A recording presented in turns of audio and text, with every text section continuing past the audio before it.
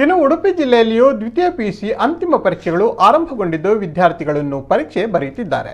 ಉಡುಪಿ ಜಿಲ್ಲೆಯ ಸರ್ಕಾರಿ ಬಾಲಕಿಯರ ಪದವಿ ಪೂರ್ವ ಕಾಲೇಜಿನಲ್ಲೂ ಸರ್ಕಾರದ 10 ಅಂಶಗಳನ್ನು ಒಳಗೊಂಡ ಸುತ್ತೋಲೆಯನ್ನ ಪ್ರಾಂಶುಪಾಲರು ಕಾಲೇಜಿನ ಗೋಡೆಗೆ ಅಂಟಿಸಿದ್ದಾರೆ.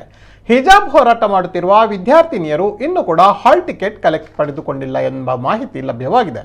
ಆದರೆ ಕೊನೆಯ ಕ್ಷಣದವರೆಗೂ ವಿದ್ಯಾರ್ಥಿನಿಯರಿಗೆ ಹಾಲ್ ಟಿಕೆಟ್ ಪಡೆಯುವ ಅವಕಾಶವನ್ನ ನೀಡಲಾಗಿದೆ ಎಂದು ಸರ್ಕಾರಿ ಪಿಯು ಕಾಲೇಜಿನ ಪ್ರಾಂಶುಪಾಲರಾಗಿರುವ ರುದ್ರೇಗೌಡ ಮಾಹಿತಿಯನ್ನ ನೀಡಿದ್ದಾರೆ.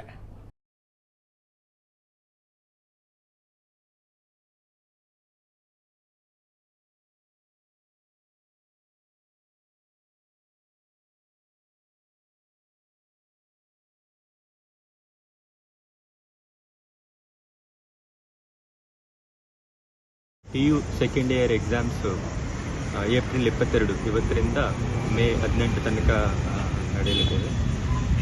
ಉಡುಪಿ ಜಿಲ್ಲೆಯಲ್ಲಿ 28 ಸೆಂಟರ್ಸ್ 15,000ಕ್ಕಿಂತ ಹೆಚ್ಚು ವಿದ್ಯಾರ್ಥಿಗಳು ಈ ಎಕ್ಸಾಮಲ್ಲಿ ಭಾಗವಹಿಸಿದ್ದಾರೆ. ತಮಗೆಲ್ಲರಿಗೂ ಗೊತ್ತಿರುವಂತೆ ಎಕ್ಸಾಮ್ ಸಂಬಂಧಪಟ್ಟವಾಗಿ ಏನೇನು ಸಿದ್ಧತೆ ಆಗಬೇಕು, CCTV ವ್ಯವಸ್ಥೆ ಇರಬಹುದು, ಅದೇ ರೀತಿಯಲ್ಲಿ ಕೆಲವು ಪ್ರೊಹಿಬಿಟರಿ ಆರ್ಡರ್ಸ್ ಇರಬಹುದು. ಎಲ್ಲ ಎಕ್ಸಾಮ್ ಸೆಂಟರ್ಗೆ 200 ಮೀಟರ್ ತನಕ ಅಲೋ ಮಾಡಬೇಕನ್ನೋ ರೀತಿಯಲ್ಲಿ ಕೂಡ ಮಾಡಿದ್ದೀವಿ. ಅದೇ ರೀತಿ ವೀಕ್ಷಕರನ್ನು ಕೂಡ ನಾವು ಕಾಲೇಜುಗಳಿಗೆ ಮಾಡಿದ್ದೀವಿ. ಎಲ್ಲ ಸುವ್ಯವಸ್ಥಿತವಾಗಿ ನಡೀತಾ ಇದೆ. ತಮ್ಮೆಲ್ಲ ಗೊತ್ತಿರುವಂತೆ ಈವನ್ SSLC ಎಕ್ಸಾಮ್ಸಲ್ಲಿ ಕೂಡ ನಾವು ನೋಡಿದ್ದೀವಿ. ಒಳ್ಳೆ ರೀತಿಯಲ್ಲೆಲ್ಲ ವಿದ್ಯಾರ್ಥಿಗಳೆಲ್ಲ ಬರೆದಿದ್ದಾರೆ, ಎಲ್ಲ ಚೆನ್ನಾಗಿ ಆಗಿದೆ. ಅದೇ ರೀತಿಯಲ್ಲಿ PU ಎಕ್ಸಾಮ್ಸ್ ಕೂಡ ಚೆನ್ನಾಗಿ ಆಗುತ್ತೆ.